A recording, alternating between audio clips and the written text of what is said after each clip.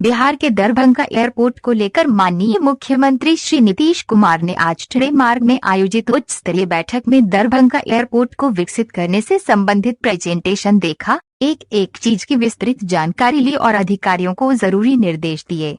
Darbhanga airport के विकास के लिए मुख्यमंत्री नीतीश कुमार ने एक अन्य मार्ग में उच्च स्तरीय समीक्षा बैठक करते हुए छत्रपति शिवाजी महाराज टर्मिनल और दरभंगा के बीच स्पेशल ट्रेन का परिचालन, राजेंद्र नगर टर्मिनल और दुर्ग के बीच चलाई जाने वाले स्पेशल ट्रेन के परिचालन अवधि में वृद्धि की गई है। यह तस्वीर गुजरात की है। कोविड-19 के बढ़ते मामलों के कारण प्रवासी श्रमिक सूरत से अपने मूल स्थानों पर लौटने लगे हैं। लोग घर जा रहे हैं क्योंकि उन्हें डर है कि लॉकडाउन एक बार फिर से लगाया जा सकता है। पिछले साल में जिस तरह से लॉकडाउन के दौरान उन्हें दर्द हुआ, उस दर्द से बचना चाहते हैं, इसलिए अपने घर जा रहा हूं। दिल्ली पुलिस ने रात को कर्फ्यू के दौरान वाहनों की जांच की। ये कनॉट प्लेस से दृश्य। कोरोना के बढ़ते मामलों को लेकर कई राज्यों में नाइट कर्फ्यू लगाया गया है। बेगूसराय जिला पदाधिकारी श्री अरविंद कुमार वर्मा के निर्देश के आलोक में सभी एसडीओ, एसडीपीओ, बीडीओ, अंचलाधिकारी, थाना प्रभारी द्वारा कोविड-19 प्रोटोकॉल के तहत 7 बजे अपराह्न के बाद दुकानों को बंद कराया गया। अरिया जिला पदाधिकारी श्री प्रशांत कुमार सीएच द्वारा भरगामा प्रखंड में संचालित कोविड-19 टीकाकरण केंद्र आदर्श मध्य विद्यालय सिरसिया कला पेक्टोला में आंगनबाड़ी केंद्र संख्या 171 पर चल रहे टीकाकरण केंद्र का औचक निरीक्षण किया गया। नई दिल्ली में आज homeopathy road map for integrative medicine पर 2 दिवसीय सम्मेलन का उद्घाटन किया गया। इस अवसर पर रक्षा राज्य मंत्री श्रीपद येसो नाइक मुख्य अतिथि थे। विश्व होम्योपैथी दिवस के अवसर पर सम्मेलन का आयोजन आयुष मंत्रालय के तहत स्वायत्त शासी मुख्य शोध संगठन केंद्रीय होम्योपैथी अनुसंधान परिषद CCRH द्वारा किया गया था। भारत चीन कोर कमांडर स्तरीय 11वें दौर की बैठक दिनांक 9 अप्रैल 2021 को चुशूल मोल्दो सीमा पर बने बैठक स्थल पर आयोजित की गई थी।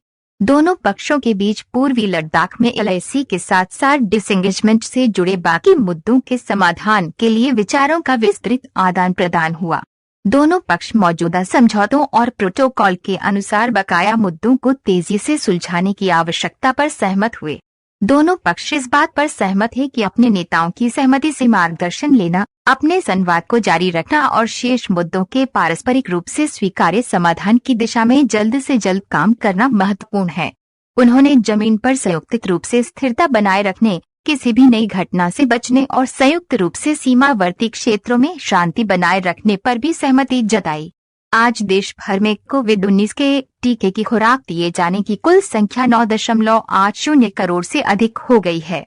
पिछले 24 घंटों में टीके की 34 लाख से अधिक खुराक दिए जाने के साथ टीका लगवाने वाले लोगों की कुल संख्या 9.80 करोड़ से अधिक हो गई है।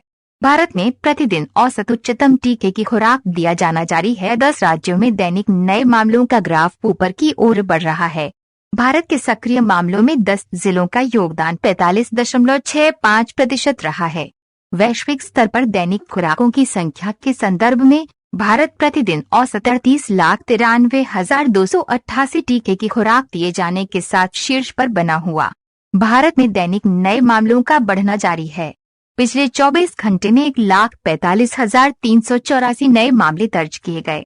केंद्रीय जल शक्ति राज्य मंत्री श्री रतन लाल कटारिया ने ब्रिक्स इंटरनेशनल फोरम वेबिनार को संबोधित किया, विश्व के सामने मौजूद जल संकट की गंभीरता को रेखांकित किया। कटारिया ने कहा कि ब्रिक्स राष्ट्रों को एक दूसरे के अनुभव से सीखना चाहिए। जल संकट को दूर करने के लिए जल प्रबंधन में नवोन्मेषी और श्रेष्ठ तरीके साझा करने चाहिए। भारत सरकार के सामाजिक न्याय और अधिकारिता मंत्रालय ने सामाजिक एवं शैक्षणिक दृष्टि से पिछड़े वर्गों, विशेषकर ग्रामीण क्षेत्रों से संबंधित विद्यार्थियों के लिए छात्रावास निर्माण की योजना बनाई है, ताकि उन्हें माध्यमिक और उच्च शिक्षा प्राप्त करने में समर्थ बनाया जा सके। अन्य पिछड़े वर्गों के छात्रों तथा छात्राओं के लिए छात्रावास निर्माण की केंद्र प्रायोजित योजना के अंतर्गत वित्त वर्ष 2021 में भारतीय विज्ञान शिक्षा और अनुसंधान संस्थान IISER भोपाल के लिए 1050 सीटों वाले बालक छात्रावास के निर्माण की स्वीकृति भारत सरकार के सामाजिक न्याय और अधिकारिता मंत्रालय द्वारा दी गई है, जिसकी कुल लागत 44.72 करोड़ रुपए है। पर्यटन मंत्रालय श्रीनगर में 11 से 13 अप्रैल तक एक व्यापक पर्यटन संवर्धन कार्यक्रम कश्मीर की क्षमता का दोहन स्वर्ग में एक और दिन का आयोजन कर रहा है। केंद्र शासित प्रदेश जम्मू और कश्मीर के राज्यपाल श्री मनोज सिन्हा और केंद्रीय पर्यटन और संस्कृति राज्य मंत्री स्वतंत्र प्रभार श्री प्रहलाद सिंह पटेल इस आयोजन के उद्घाटन सत्र के दौरान प्रतिनिधियों को संबोधित। केंद्रीय खेल और युवा मामलों के मंत्री श्री किरेन रिजिजू ने 10 अप्रैल 2021 को श्रीनगर में Jammu Kashmir sports council water sports academy में नौकायन के लिए खेलो India state centre of excellence के ISC का उद्घाटन किया। इस अवसर पर श्रीनगर की डल झील के नेहरू पार्क में एक समारोह आयोजित किया गया, जिसमें जम्मू कश्मीर के उपराज्यपाल मनोज सिन्हा, उनके सलाहकार श्री फारूक खान और जम्मू कश्मीर के युवा मामलों के सचिव श्री आलोक कुमार भी उपस्थित थे।